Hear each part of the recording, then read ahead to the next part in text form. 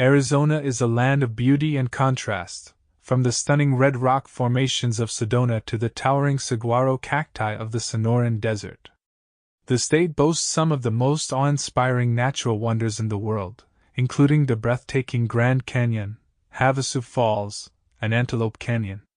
The colors of the desert landscapes in Arizona are like no other, with the sunsets and sunrises painting the skies with hues of orange, pink, and purple. Could it be possible that Arizona holds within its vast and rugged borders one of the biggest archaeological mysteries of the United States, capable of rewriting our understanding of history? In April 1909, the Arizona Gazette published a sensational story claiming that an expedition had discovered a vast underground city in the Grand Canyon, complete with artifacts and mummies that suggested an Egyptian origin. The article claimed that the city was estimated to be over 3,000 years old and had been preserved in a state of remarkable condition, with well-preserved mummies, pottery, hieroglyphs, and other artifacts. According to the article, the expedition had been funded by the Smithsonian Institution, and had been launched under the direction of a G. Kincaid, an explorer and adventurer who had made a name for himself exploring the American Southwest. The story described Kincaid as a man of remarkable intelligence and resourcefulness, and suggested that he had made one of the most remarkable archaeological discoveries of all time. The story captured the public imagination and sparked a flurry of interest in the Grand Canyon and its supposed ancient Egyptian connections. Many people began to speculate about the possibility of a lost civilization in the Americas, and some even suggested that the discovery could rewrite the history of the world. The article described the city as a labyrinth of underground chambers, passageways, and halls, all of which were constructed with remarkable precision and skill. The walls were said to be lined with gold, and the floors were paved with a strange, white substance that resembled marble. In addition to the remarkable architecture, the city was said to contain numerous artifacts and other objects of interest. The article claimed that the expedition had discovered a large number of mummies, many of which were said to be in a remarkable state of preservation. The mummies were said to be wrapped in a strange, woven material that had not been seen before, and were adorned with intricate jewelry and other ornaments. The city was also said to contain a large number of pottery fragments, many of which were decorated with hieroglyphs and other symbols that suggested an Egyptian origin. The article suggested that the pottery was similar in style to that found in ancient Egypt, and that it provided further evidence of an Egyptian presence in the Americas. In addition to the pottery and mummies, the expedition was said to have discovered a large number of other artifacts, including statues, tools, and other objects of unknown origin. The article suggested that these objects were of great interest to the expedition, and that they would be studied in detail in the coming months and years. The article also claimed that the discovery had been kept secret by the Smithsonian Institution, and that the expedition members had been sworn to secrecy. The author of the article suggested that the discovery was being kept hidden because it had the potential to rewrite the history of the world, and to challenge many long-held beliefs about the origins of civilization. In this video we will quote the description of this underground city in its entirety. As cited from the Kincaid report published in Arizona Gazette in 1909. First, I would impress that the cavern is nearly inaccessible.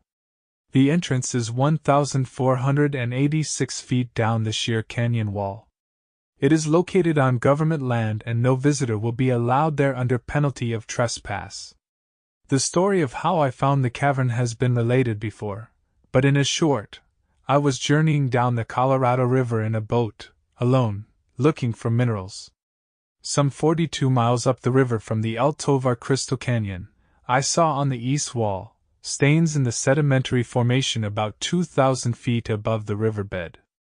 There was no trail to this point, but I finally reached it with great difficulty. Above a shelf which hid it from view from the river was the mouth of the cave. When I saw the chisel marks on the wall inside the entrance, I became interested, securing my gun and went in. During that trip I went back several hundred feet along the main passage till I came to the crypt in which I discovered the mummies. One of these I stood up and photographed by flashlight. I gathered a number of relics, which I carried down the Colorado to Yuma, from whence I shipped them to Washington with details of the discovery.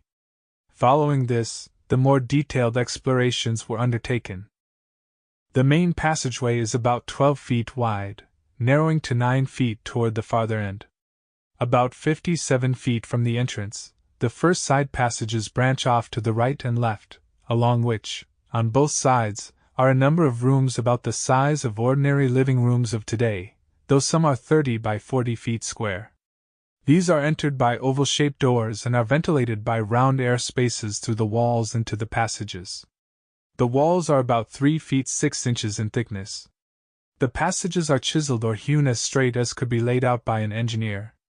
The ceilings of many of the rooms converge to a center.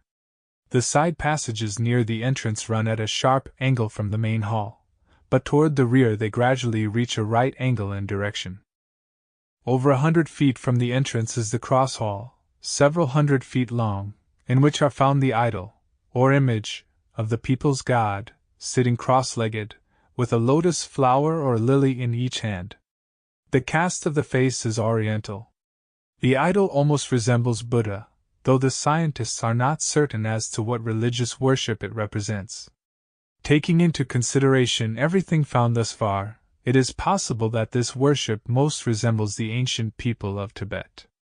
Surrounding this idol are smaller images, some very beautiful in form, others crooked-necked and distorted shapes, symbolical, probably, of good and evil.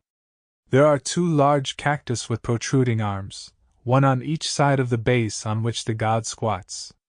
All this is carved out of hard rock resembling marble. In the opposite corner of this cross hall were found tools of all descriptions, made of copper. These people undoubtedly knew the art of hardening this metal. On a bench running around the workroom was found some charcoal and other material probably used in the process.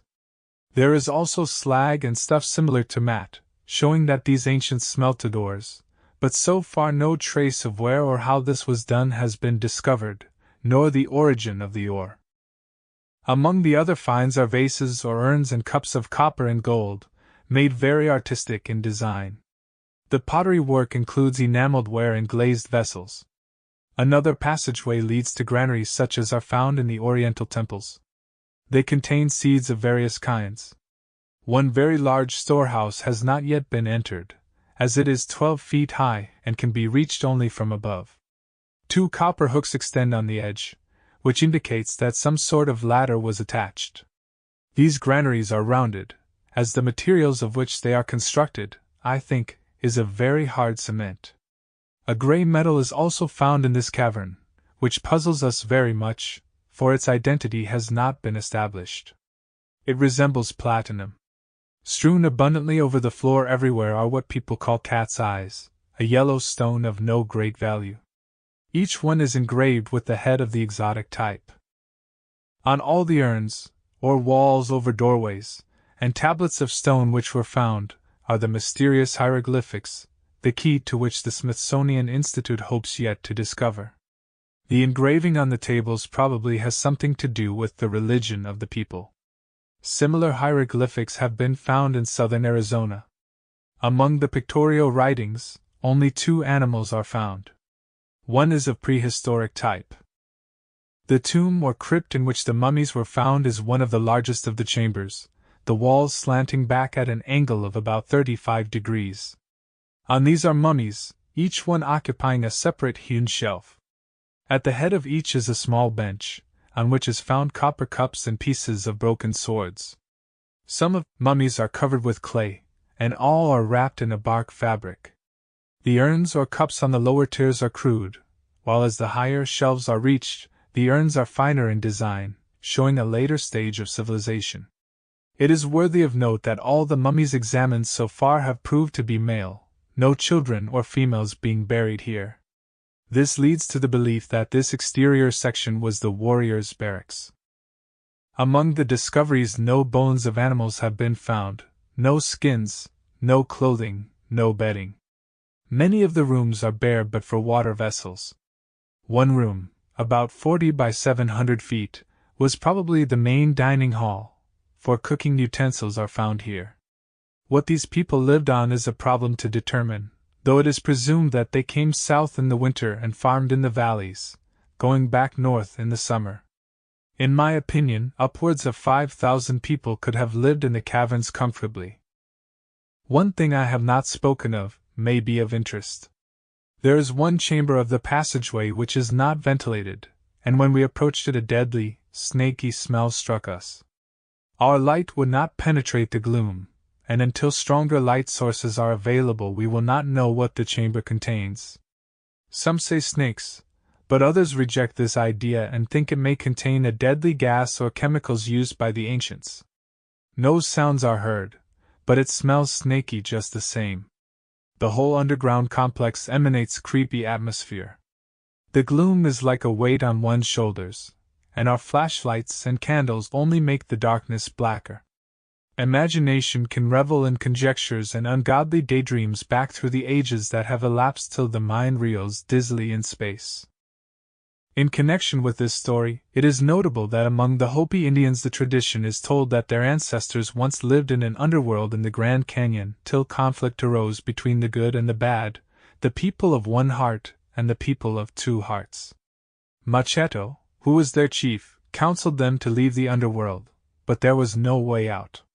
The chief then caused a tree to grow up and pierce the roof of the underworld, and then the ancestors of Hopi climbed out and grew grain and corn. That is their oral tradition. The article concludes with the hope that the discoveries in the Grand Canyon may throw further light on human evolution and prehistoric ages in the United States. Despite the sensational claims made in the article, there are several reasons to doubt its veracity. For one, there was no evidence that Professor Kincaid ever existed. No photos or materials from the site that were according article recovered and sent to Smithsonian Institute were publicized. Additionally, the article contained numerous inconsistencies and inaccuracies. Furthermore, there is no clear material evidence to support the claim that there was an ancient Egyptian presence in the Americas. While it is possible that some Egyptians may have traveled to the Americas in ancient times, there is no concrete evidence to suggest that they established any permanent settlements or left behind significant artifacts. In the years following the publication of the article, many experts in archaeology and other fields investigated the claims made in the Arizona Gazette about the underground city and concluded that it was likely a complete fabrication or deliberate hoax. But a small group of enthusiasts still believes that underground city in Arizona exists and only waits to be again rediscovered.